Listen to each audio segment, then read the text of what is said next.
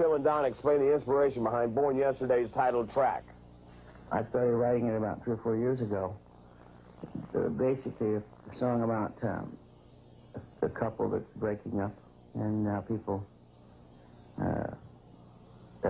point and look and say they're having real problems, and a little bit of gossip, and it goes on to, you know, how the one line is that they wrote it on a wall today. You know, he's lost his mind. You know, making a fool of himself. She's making a fool of herself.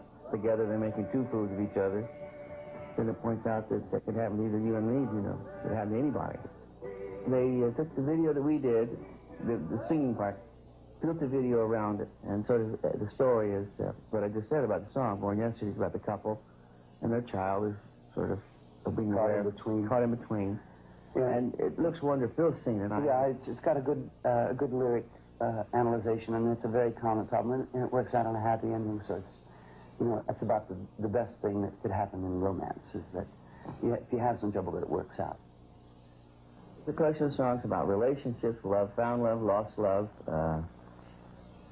you know, just the ups and downs of romance and relationships. And I think lyrically it's pretty mature for, I mean, it's not teenage songs for sure. It's strictly about something that we can relate to. I mean, that's what we sing about, what we relate to, so hopefully that's what our audience is going to do.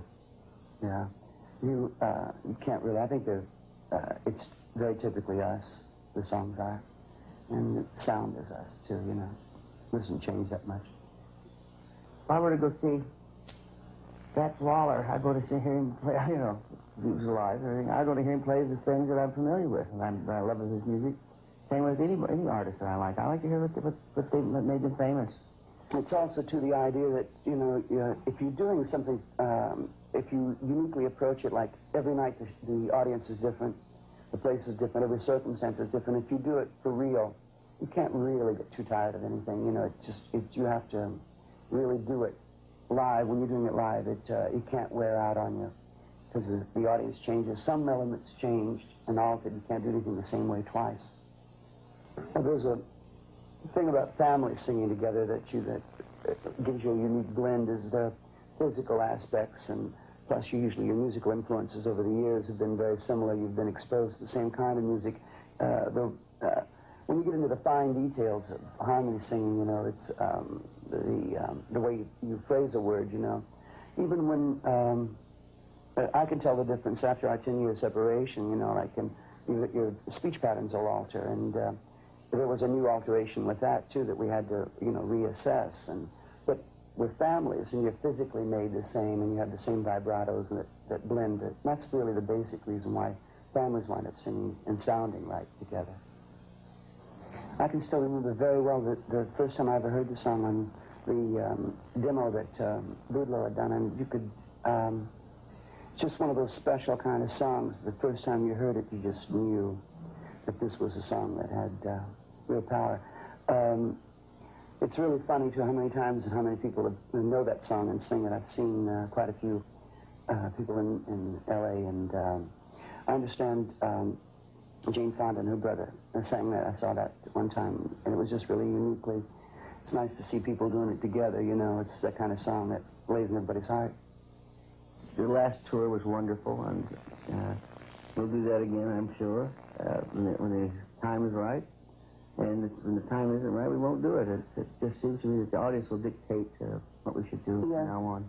That, if it's fun for them and it's still fun for us, we basically keep everything working on. It's a pleasure. If it's fun, we'll continue to do it. But we don't plan, like, we haven't got like a 5-year plan, you know, at all. It's just moment to moment. I think that works out well for us, so that we don't have that pinned down and the burden kind of, you know, well, here's what we really want to climb to the top of this, and, you know, it's just sort of on a day-to-day basis. And we've had a real good time with it, and as long as that stays so, then it's worth doing. I think as people get older, you know, you can, it's like you can sing the blues at 20, but it has one aspect to it. You're just as blue, but when you get 40, you're bluer, I think, somehow, you know, when you sing the blues. But it's as you get older, you put more power, and you have more understanding on the lyric, and I think that's really what that really means. And if you've done it right, you should have that kind of maturity.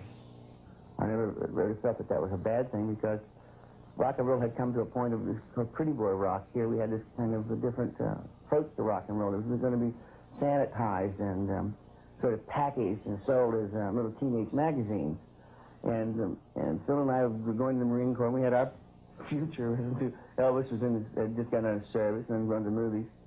And so when the Beatles hit, I mean, it revitalized the whole of the record industry. And so, I mean, I was pleased.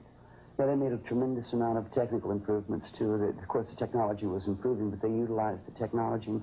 I think it's all in all, everything's been really good with that thing. I think the music has done well.